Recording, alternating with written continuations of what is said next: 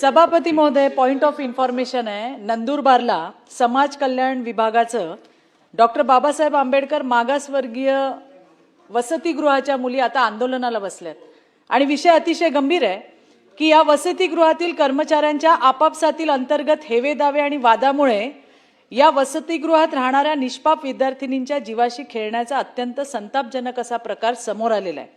वसतिगृहातील विद्यार्थिनींच्या जेवणात आणि पाण्यामध्ये अपायकारक विषारी द्रव्य मिळवण्याचं नियोजन आणि कटकारस्थान रचत असतानाची संबंधित कर्मचाऱ्याची ऑडिओ रेकॉर्डिंग क्लिप सोशल मीडियावर व्हायरल झाली आहे. पण त्या क्लिपची सुद्धा म्हणजे ही जी काही घटना घडलेली आहे, सध्या सुट्ट्या असल्या तरी वैद्यकीय आणि इतर व्यावसायिक उच्च शिक्षण घेणाऱ्या 22 विद्यार्थिनी या वसतिगृहात राहून अभ्यास करत होत्या. हा जर कट अंमलात आला असता तर या 22 विद्यार्थिनींच्या जीवाचं काय झालं असतं या विचाराने पण अंगावर काटा येतो. धक्कादायक बाब म्हणजे विद्यार्थ्यांच्या आरोग्याशी खेळण्याचं हे कटकारस्थान रचल्या गेल्याच्या प्रकाराला स्वतः समाज कल्याण विभागाच्या वरिष्ठ अधिकाऱ्यांनी, देसाई साहेब महत्वाचा विषय, बोला. समाज कल्याण विभागाच्या वरिष्ठ अधिकाऱ्यांनी पुष्टी दिलेली आहे. आणि इतका गंभीर प्रकार असून सुद्धा समाज कल्याण विभागाने संबंधित कंत्राटी कर्मचाऱ्याला केवळ सेवेतून मुक्त करून त्याच्यावर जुजबी कारवाई केलेली आहे.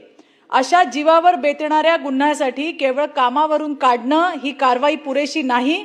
सुरुवातीला 3 तास वसतिगृहात आंदोलन करूनही प्रशासनाने त्याची दखल घेतली नाही, अत्यंत गंभीर बाब आहे सभापती महोदय. आणि न्याय मागण्यासाठी आता थेट जिल्हाधिकारीच्या कार्यालयामध्ये ठिय्या आंदोलन सुरू आहे. सदर विद्यार्थिनींच्या अन्नात पाण्यात विष कालवण्याचा कट रचणे हा थेट अटेम्प्ट टू मर्डर सारख्या गंभीर गुन्हेगारी प्रकार आहे. असं असताना समाज कल्याण विभागाने केवळ प्रशासकीय कारवाई करून आरोपींना पाठीशी घातले असल्याने त्यांच्यावर तात्काळ फौजदारी गुन्हा FIR दाखल करावा अशी मी पॉइंट ऑफ इन्फॉर्मेशनच्या माध्यमातून सभागृहाला विनंती करत आहे. धन्यवाद. मंत्री महोदय नोंद घ्यावी. सन्मान्य सदस्य चित्राताई वाघ यांनी जो उपस्थित मुद्दा या ठिकाणी केलेला आहे, आत्ताच्या आत्ता जिल्हाधिकाऱ्यांना सूचना दिल्या जातील.